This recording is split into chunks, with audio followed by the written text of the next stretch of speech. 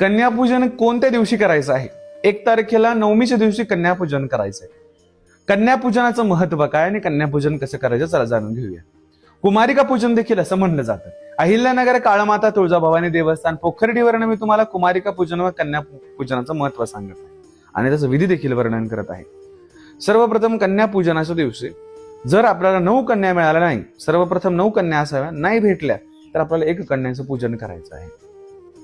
कन्येचं पूजन करत असताना पायाला महावर लावायचंय, त्या कन्याला चौरंगावर बसवायचे, लाल वस्त्र भेट द्यायचे, आवडतं फळ तिचं भेट द्यायचंय, शृंगाराचं साहित्य भेट द्यायचे, जमलं तर वस्त्र अवश्य भेट द्यावा. त्यानंतर आपल्या घरात जे काही छान बालभोग बनवलेला असेल, बालव्यंजन बनवलेलं असेल ते तिला देईल.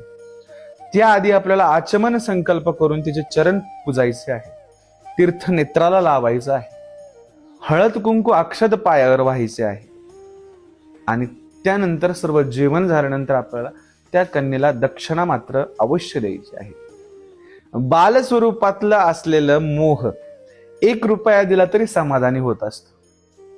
मोठ्या माणसाला लाखो रुपये कोटी रुपये दिले तरी शांत होत नाही किंवा त्याचं समाधान होत नाही.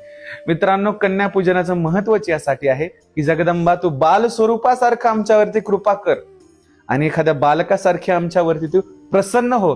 एखाद्या बाळाला दिवशी वाटलं ना काही तर तो सगळं काही देतो आणि छोटीशी वस्तू, एखाद्या खेळणं वस्तू, फळ किंवा पैसे दक्षिणा दिली तरी ते प्रसन्न होतं. म्हणून या बालांबिका रूपात माता भगवतीला पूजायचं आहे आणि बालस्वरूपाची पूजा केल्याने माता जगदंबा त्वरित प्रसन्न होते. ओम काले.